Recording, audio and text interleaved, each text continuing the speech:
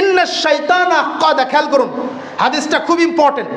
ইন্নাশ শাইতানা কাদা লিইবনি আদম বিআতরুকিহি ফাকাদা লাহু বিতারিকিল ইসলাম, নিশ্চয় শয়তান প্রত্যেক বনি আদমের ইসলামের রাস্তায় বসে থাকে, ইসলাম মেনে চলার রাস্তায়, সালাতের রাস্তায়, সিয়ামের রাস্তায়, পর্দার রাস্তায়, সুদ ঘুষ না খাওয়ার রাস্তায়, প্রত্যেকটা সেক্টরে শয়তান বসে থাকে। শয়তান বসে বসে থেকে কুমন্ত্রণা দেয়। তিনটা উদাহরণ এখানে দেওয়া হয়েছে। যেমন কোনো মানুষ ইসলাম গ্রহণ করবে, ইসলাম নও মুসলিম ইসলাম গ্রহণ করবে, ওই জায়গায় শয়তান আক্রমণ করে। কেমন করে বলছে? শয়তান তাকে বলবে তুসলিমু, তুমি ইসলাম গ্রহণ করবে, ও তাদের দিন, তোমার আগের দিনকে তুমি ছেড়ে দিবে, পরিত্যাগ করবে, ও দিন আবাইক ও আবিকা, তোমার বাবার দিন, তোমার দাদার দিন, এত বছর ধরে তোমার বাপ দাদারা করে আসছে, তুমি এটা পরিত্যাগ করবে।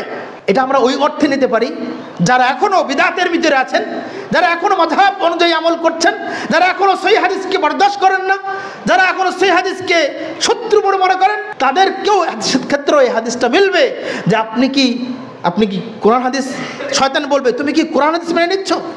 তুমি কি তোমার বাপদাদের আমল ভুলে গেলে?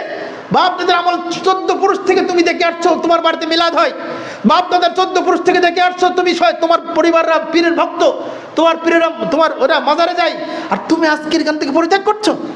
কিন্তু দেখেন শেষে বলছে ফাসাহ, অথবা ওই ব্যক্তিকে ওই শয়তানের কুমন্ত্রণাকে একেবারে তাড়িয়ে দিয়ে তাকে অবদ্ধ করে তাকে অস্বীকার করলো, ফাসলামা, অথবা সে ইসলাম গ্রহণ করলো, সে আকীদা গ্রহণ করলো। এর ফজিলত পরে বলছি। এটা হলো 1 নম্বর। 2, সুম্মা কাদা লাহু বিতারিকিল হিজরা, অতঃপর শয়তান বসে থাকে। কোনো ব্যক্তি যখন হিজরত করে, ওই হিজরতের রাস্তায় এসে শয়তান বসে থাকে। এই হিজরত কিন্তু শুধু মক্কা থেকে মদিনায় হিজরত এটা নয়, এক স্থান থেকে আরেক স্থান এটা হিজরত নয়, বরং পাপ থেকে সত্য পথে ফিরে আসা, এটাও হিজরত, তাই না? বাতিল থেকে সত্য দিকে আসা হিজরত, গায়ের মানে ভ্রান্ত আকীদা থেকে সহিহ আকীদায় আসা হিজরত, এটা সবচেয়ে উত্তম হিজরত। তো উনি বলছেন, আল্লাহ রাসূল সাল্লাল্লাহু আলাইহি ওয়াসাল্লাম বলছেন যে কাদা লাহু বিতারিকিল হিজরা, হিজরতের দরজায়, হিজরতের রাস্তায় এসে শয়তান বসে থাকে। ফাকাল, সে বলছে তুহাজিরু, তুমি কি হিজরত করবে? অর্থাৎ আরদাক, তুমি তোমার জমিন যেখানে তুমি থাকতে, যে পরিবেশে তুমি থাকতে, যে বন্ধু বান্ধবদের সাথে থাকতে, যাদের সাথে একসাথে মিলাদ করতে, একসাথে শবে বরাত করতে, একসাথে পীরের দরগায় যেতে, একসাথে আড্ডা দিতে, তুমি তাদের ছেড়ে দিবে, সেই আকাশ ছেড়ে দিবে। ওয়াইন্নামা মাতালুল মুহাজিরি কামাতালিল ফারাসি ফিত্তুল, আর তুমি এমন জায়গা ছেড়ে দিবে যা কিনা তুমি এখন যে অবস্থায় আছো ওই অবস্থার চেয়েও অনেক কঠিন জীবন। একজন মানুষ যখন সহিহ আকীদা গ্রহণ করবে, সে মিলাদ করতে পারবে না, সে জিলাপি খেতে পারবে না, সে মাজারে যেতে পারবে না, সে ওরসে যেতে পারবে না। এই যে একটা আনন্দ, এই যে একটা উৎফুল্ল, এই যে একটা ঘোরাফেরা করা, এই যে একটা মন মতো চলা, এইগুলো থেকে ফিরে এসে একটা টনটাইটের ভিতরে চলে আসা, কোরআন হাদিসের বাইরে না যাওয়া, তুমি কি এগুলো করতে চাও? ফাসাহু, অথবা শয়তানের এই কুমন্ত্রণা ও বাধ্য করে ছেড়ে দিল, মানে ও পরিত্যাগ করলো।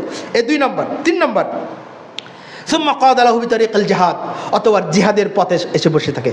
জিহাদ মানে কি অস্ত্র নিয়ে যুদ্ধ করা?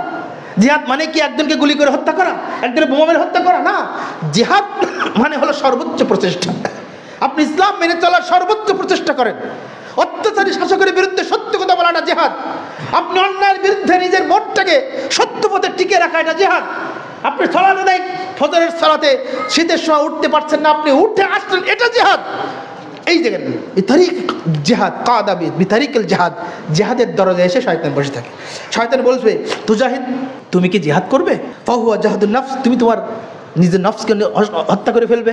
তুমি এই শীতকালে এই লেপ থেকে উঠে আসবে, তোমার কত কষ্ট, কেন, কি দরকার, শুয়ে থাকো। ওয়াল মাল, তোমার মাল নষ্ট হয়ে যাবে। জিহাদকারীর কথা বলছে। ও ফাতুকাতিল ফাতুকতালু, তোমার নিজের নফসেও নষ্ট হবে, তোমার মালও নষ্ট হবে। ফাতুনকাহুল মারা, তোমার স্ত্রী অন্য জায়গায় বিবাহ বসবে। ওয়ায়ুকসামুল মাল, এবং তোমার মাল সম্পদ বন্টন করে দেওয়া হবে বিভিন্ন জায়গার কাছে। কেন তুমি জিহাদে যাবে? কেন তুমি সালাত পড়বে? এই আরাম ঘুম কেড়ে তুমি কেন সালাতে যাবে? হ্যাঁ, এই আনন্দ উল্লাস, এই ইসলাম মেনে চলার এই কঠিনতার ভিতরে কেন তুমি যাবে? তখন ওই ব্যক্তি তাকে অস্বীকার করবে, অবাধ্য করবে, করে সে জিহাদ করবে। সে নিজের নফসের বিরুদ্ধে জিহাদ করবে, নিজের সততার পক্ষে কথা বলবে, নিজের ইনসাফ ও আদালের পক্ষে কথা বলবে। অথবা ফাকাল রাসূলুল্লাহ সাল্লাল্লাহু আলাইহি ওয়াসাল্লাম তখন বললেন যে ফামান ফাআলা যালিকা কানা হাক্কান আলাল্লাহি আযজা ওয়া জাল্লা আইয়ুদখিলাহুল জান্নাহ, যে ব্যক্তি এই রূপ কাজ করবে তাকে জান্নাতে নিয়ে যাওয়া আল্লাহর হক, অধিকারের মধ্যে পড়ে যায়। সুবহানাল্লাহ বিহামদিহি, সুবহানাল্লাহ বিহামদিহি। কত চমৎকার কথা আল্লাহ রাব্বুল আলামিন, আল্লাহ রাসূল আমাদেরকে বুঝিয়ে দিলেন।